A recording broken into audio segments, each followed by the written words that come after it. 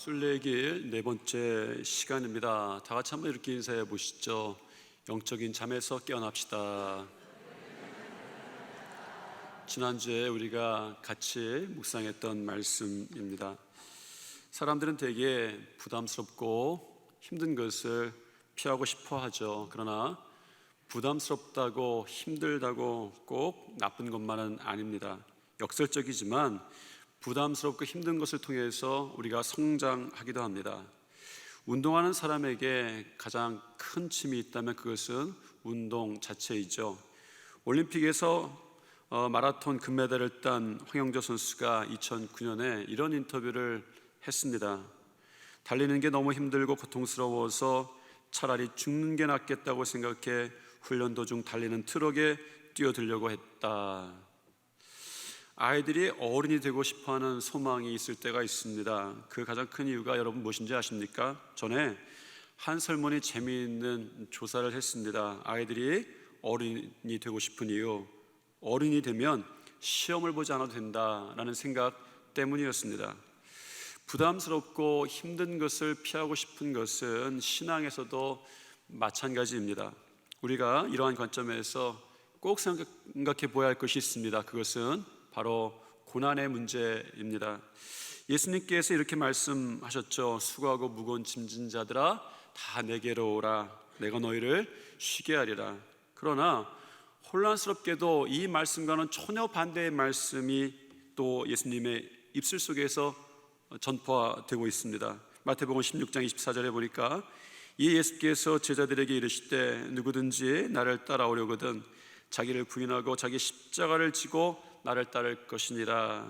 십자가를 지고 나를 따라와라. 꽤나 부담스러운 말입니다. 물론 이 말씀의 진리를 알기 위해서는 우리가 마태복음 11장 전체를 좀 더 볼 필요가 있죠.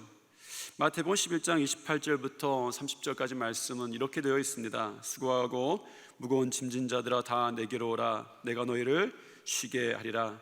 나는 마음이 온유하고 겸손하니 나의 멍에를 메고 내게 배우라. 그리하면 너의 마음이 쉼을 얻으리니 이는 내 멍에는 쉽고 내 짐은 가벼움이라 하시니라. 멍에를 메고 배우면 쉼을 얻는다라고 말씀하시는 것이 주님의 진의였습니다. 주님의 멍에는 주님이 말씀하시는 십자가는 우리에게 지라고 말씀하시는 십자가는 고통이 끝이 아니라 결국은 쉼을 위한 것이라고 말씀하십니다.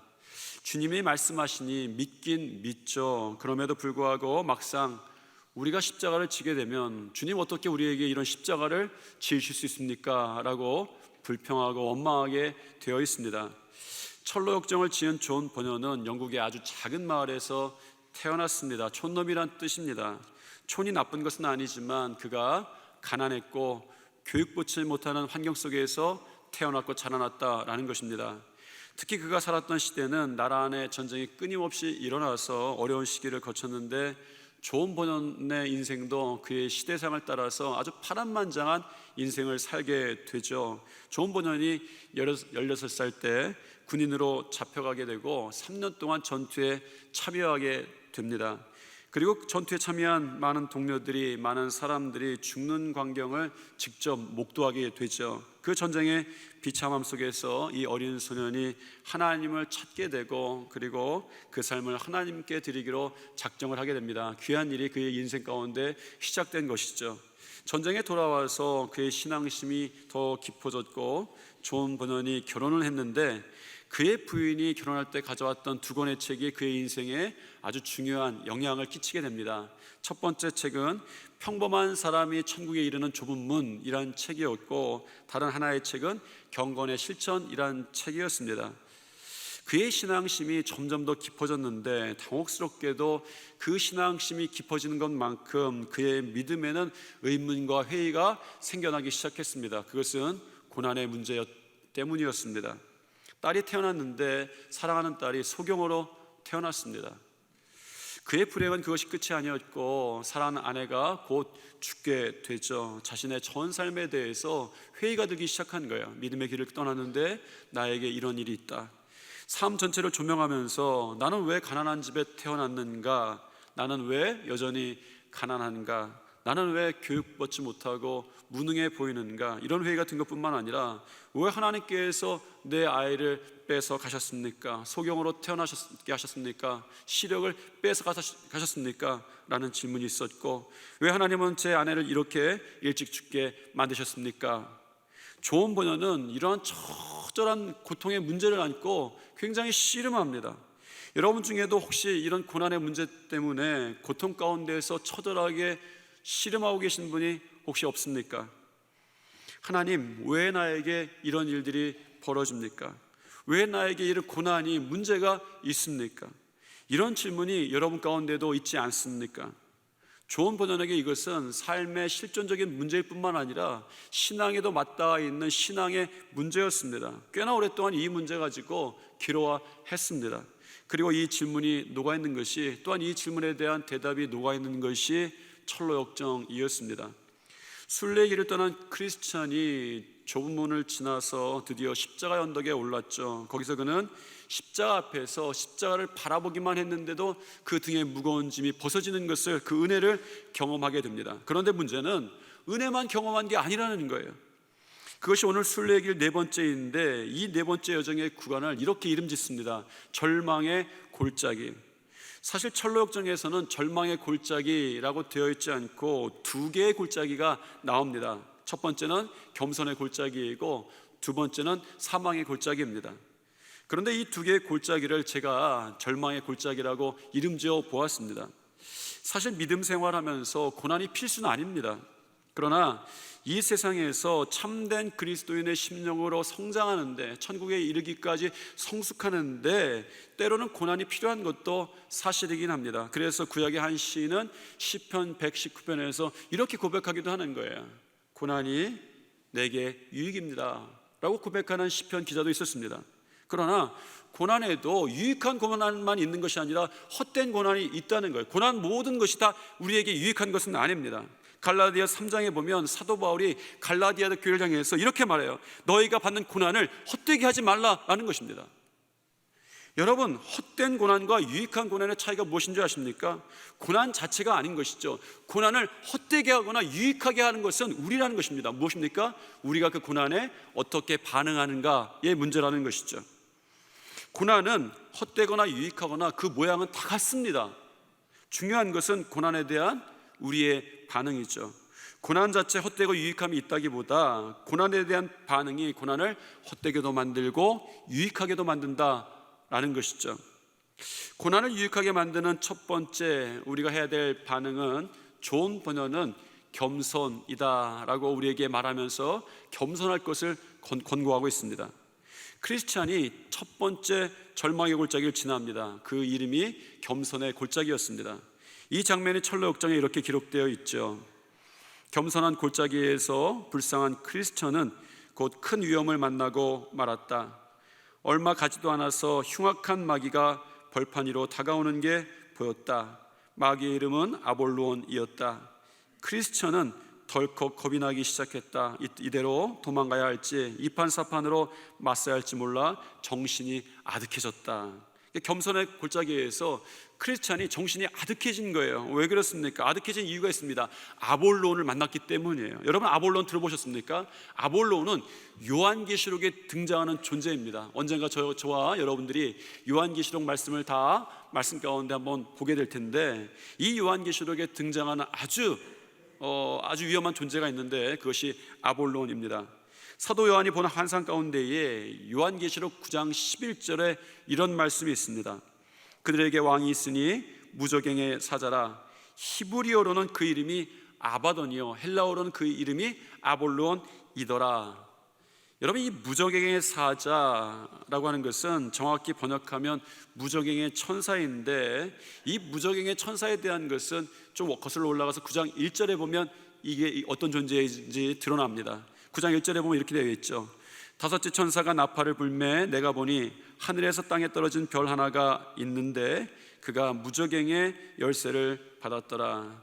말하자면 이 무저갱의 사자는 무저갱의 열쇠를 받은 하늘에서 떨어진 별의 존재인데, 그 떨어진 별이 무저갱에서 왕노릇한다는 거예요. 물론 요한계시록에 아주 신비한 그 해석적인 상상들이 있죠. 이 말을 그대로 문자적으로 받아들이기보다 우리가 해석해야 되는 부분이 있습니다.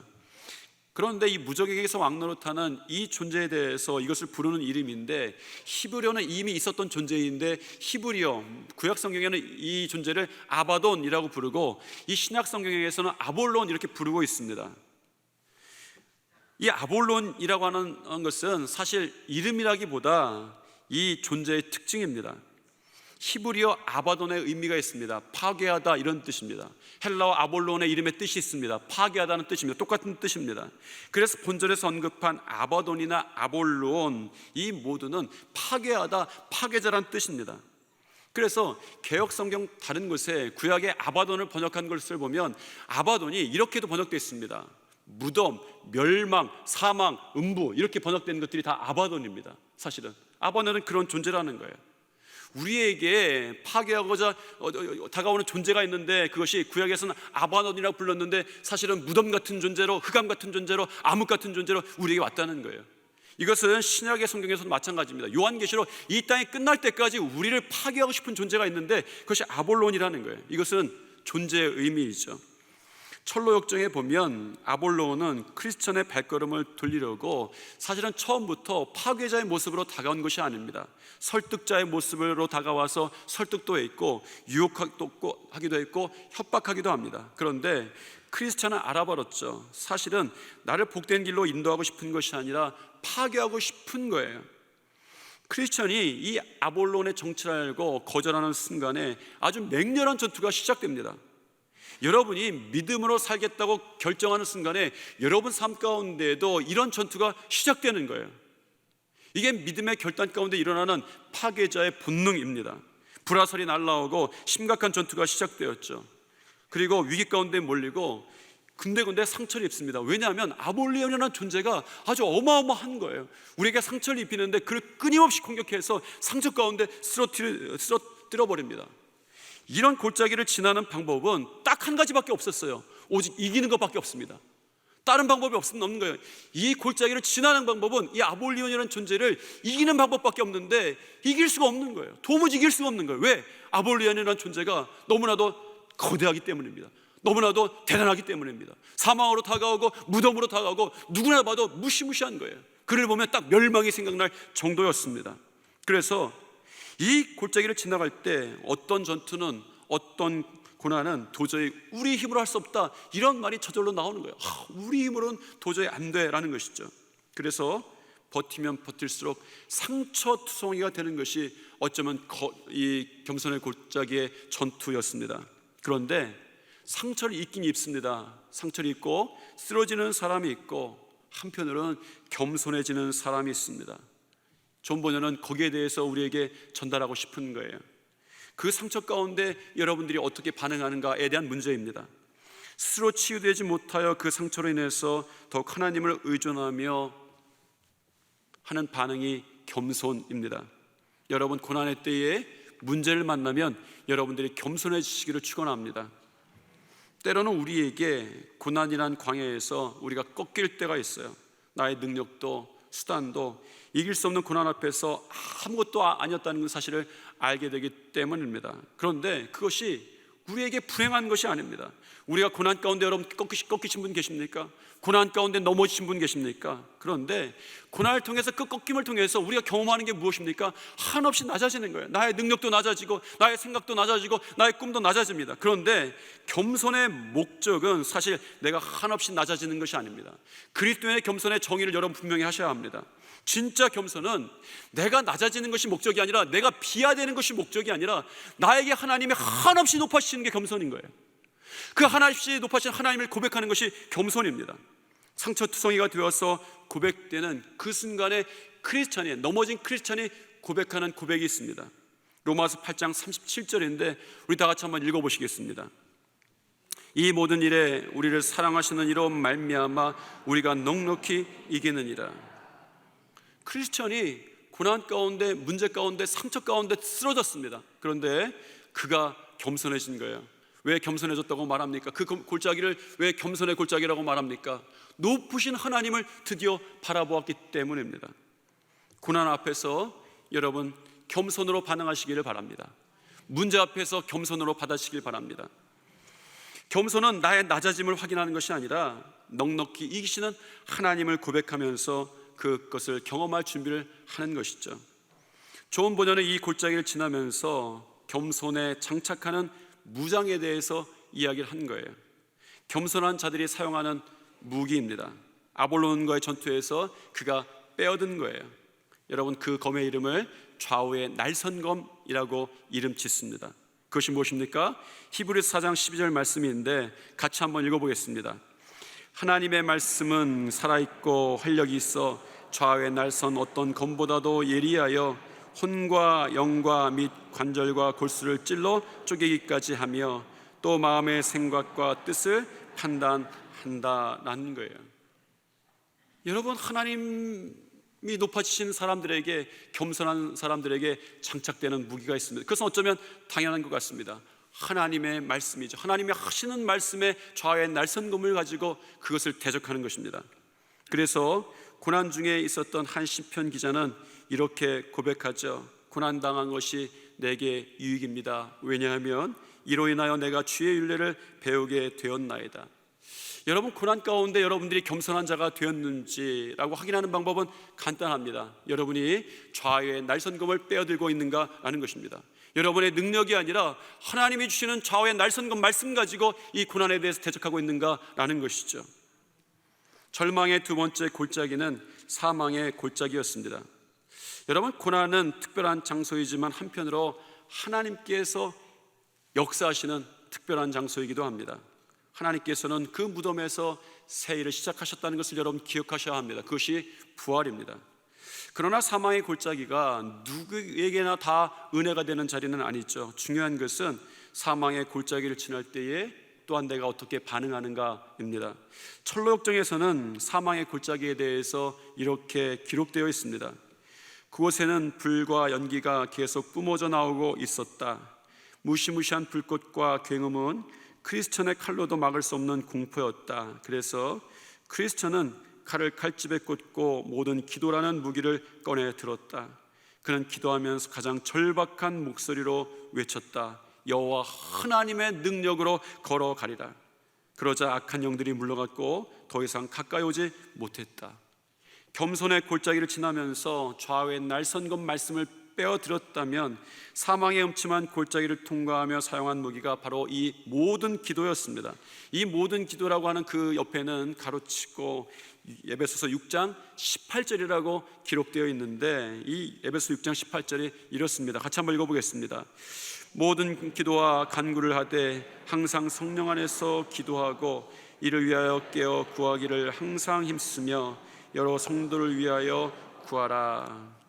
그가 사망의 골짜기를 이 모든 기도를 하며 모든 기도의 무기를 가지고 지날 때에 자기보다 앞서가는 누군가가 읊조리는 말을 듣게 되는 거예요. 그러니까 기도할 때 그에게 어떤 음성이 들렸는데 보이진 않는데 어떤 신앙에 앞서갔던 사람이 하나님의 말씀을 읊조리는 강을 들었는데 그것이 시편 23편이었습니다.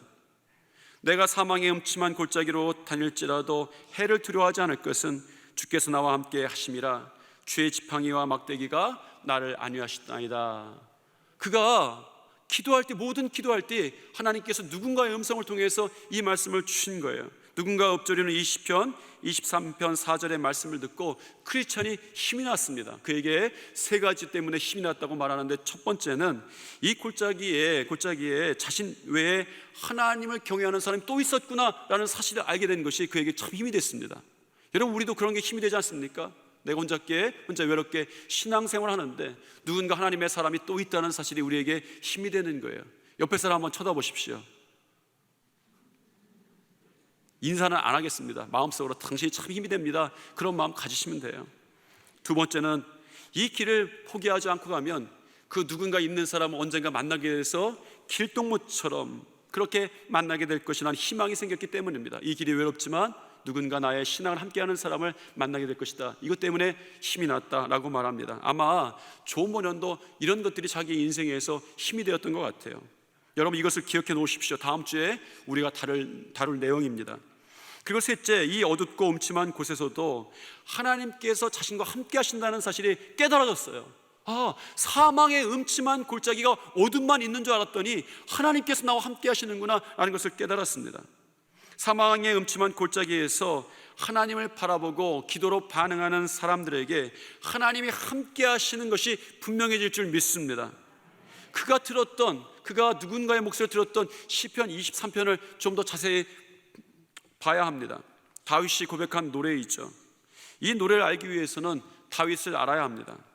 사무엘상 17장에 보면 블레셋의 거인이었던 골리앗과의 싸움이 나오죠. 이 싸움이 얼마나 대단했던지 사무엘상 17장의 이야기가 다 그런 이야기입니다. 대단한 거예요. 성경에서 어떤 전투가 한 장 전체를 차지하고 있다는 것은 굉장히 대단한 일입니다. 그 일 자체가 대단하다는 이야기죠. 그가 이 싸움에서 이겼고 나중에 왕이 되었고 이스라엘의 가장 위대한 왕이 되었습니다. 그런데 사실 다윗의 인생에 가장 많이 차지하는 이 이야기는 이런 류의 싸움에서 이기는 이야기, 승승장구하는 이야기가 아니라는 거예요. 여러분, 골리앗과의 싸움이 다윗이 이기는 싸움에 대한 이야기가 사무엘상 19장 한 장이라면 여러분 사무엘상 19장부터 31장까지 13장을 차지하는 이야기가 무엇일 것 같습니까? 그가 하나님의 믿음을 가지고 골리앗께 나왔습니다. 나는 만군의 여호와 이름을 가지고 나간다 하면서 골리앗을 물리치는 대단한 이야기가 한 장 차지하는 것은 정말 대단한 일이고 당연한 일일 수도 있습니다. 그런데 그의 인생 가운데에 19장부터 31장까지 차지하는 이야기, 31장까지 13장을 차지하는 모든 이야기, 이 13장의 이야기가 무슨 이야기 같습니까? 이 13장의 이야기가 다윗이 쫓겨다니는 이야기예요. 다윗의 도피 생활에 관한 이야기입니다. 다윗이 젊어서부터 쫓겨다니는 이야기가 그의 인생에 성경의 많은 부분을 차지하고 있다는 거예요. 다윗의 도피 생활이 시작된 때는 골리앗의 장수, 블레셋의 이 장수였던 이 골리앗을 이긴 지 얼마 되지 않은 때부터 시작이 됐죠.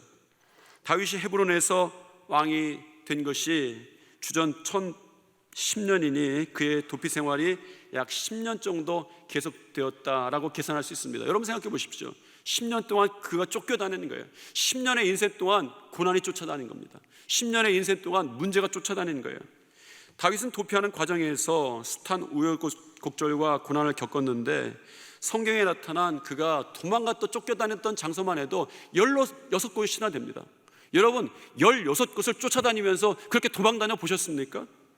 다윗의 도피 생활을 학자들은 크게 세 시기로 나눕니다. 그의 도피 생활이 얼마나 대단했던지 그냥 그의 도피 생활이 있었다라고 말하지 않고 세 시기로 나눕니다.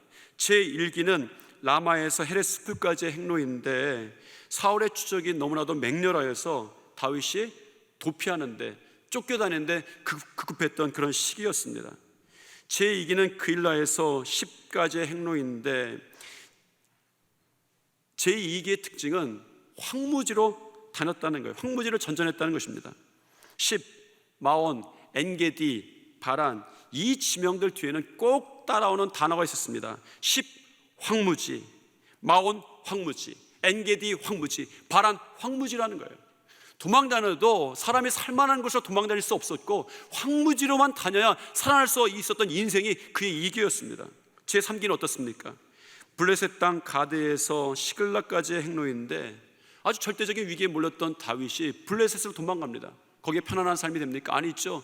그가 미친 척 해야만, 침을 질질 흘리면서 블레셋 왕 앞에서 미친 척을 해야만 살아날 수 있었던 인생이었습니다. 내가 미쳤다라고 선포해야만 그가 안전할 수 있었던 인생인 것이죠.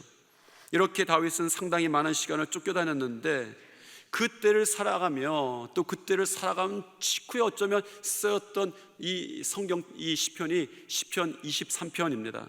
내가 사망의 음침한 골짜기를 지날지라도, 그의 인생이 사망의 음침한 골짜기를 지날 정도로 쫓겨다니는 인생이었다고 고백하는 것이 시편 23편입니다. 그런데 시편 23편에 아주 흥미로운 표현이 있습니다. 6절이 있죠.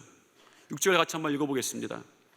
내 평생의 선하심과 인자하심이 반드시 나를 따르리니 내가 여호와의 집에 영원히 살리로다.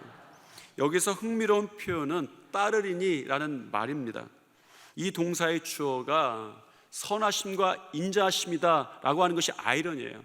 선하심과 인자하심이 나를 따른다라고 하는 것이 굉장히 아이러니한 거예요. 왜냐하면 이 따르리니라고 하는 히브리어는 라다프라는 히브리어인데, 이 라다프라고 하는 뜻이 쫓아오다, 추적하다라는 뜻입니다. 그래서 이 단어가 사용될 때는 대적자가, 문제가 쫓아올 때 그때를 연상시키는 단어가 이 단어인 거예요.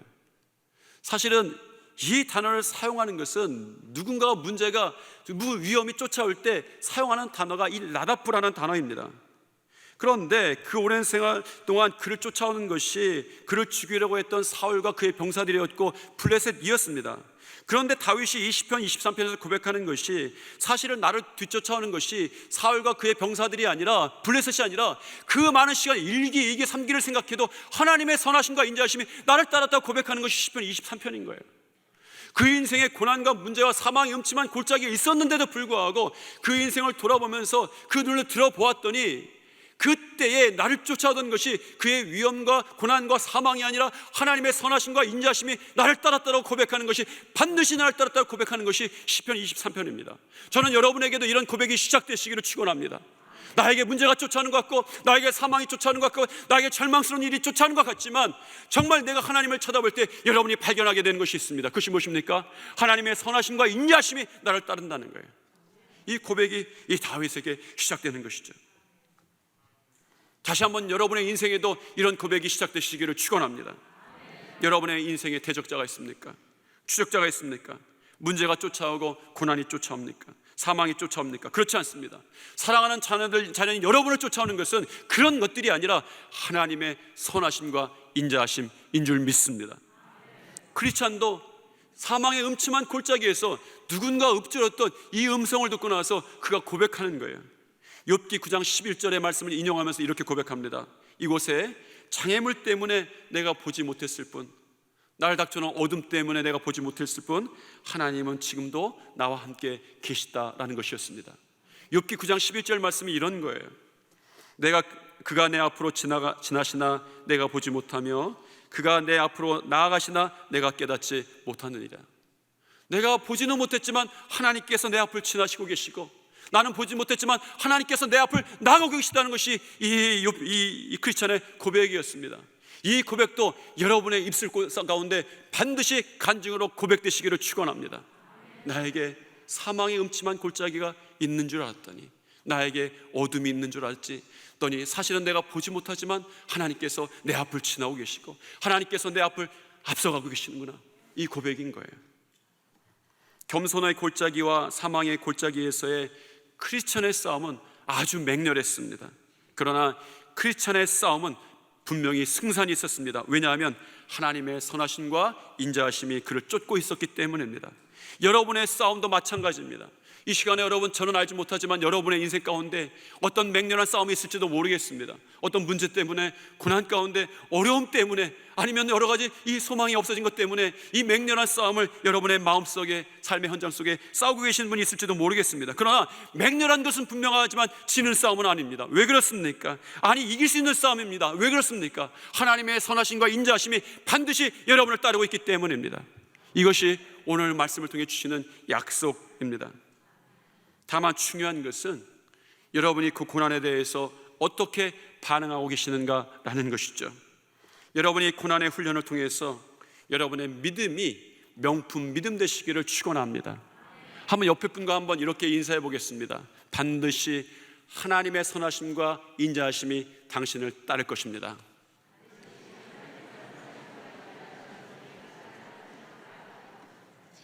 기도하시겠습니다. 주님, 우리 성도들 이 땅에 순례길을 가고 있습니다. 혹여라도 이 자리에 세상에서 사단의 도전을 받으며 절망의 골짜기를 지나는 성도가 있다면, 맹렬한 전투 가운데 있는 성도가 있다면, 마음으로 삶으로 그 맹렬한 전투 속에서 상처받고 있는 성도가 있다면 그들과 함께하여 주시옵소서. 우리가 겸손하게 말씀과 기도로 반응할 때에 높으신 하나님의 선하심과 인자하심이 그들을 따르고 있음을 분명히 경험하게 하시고 그들의 삶을 통해 증거되게 하시옵소서. 예수님 이름으로 기도드립니다. 아멘.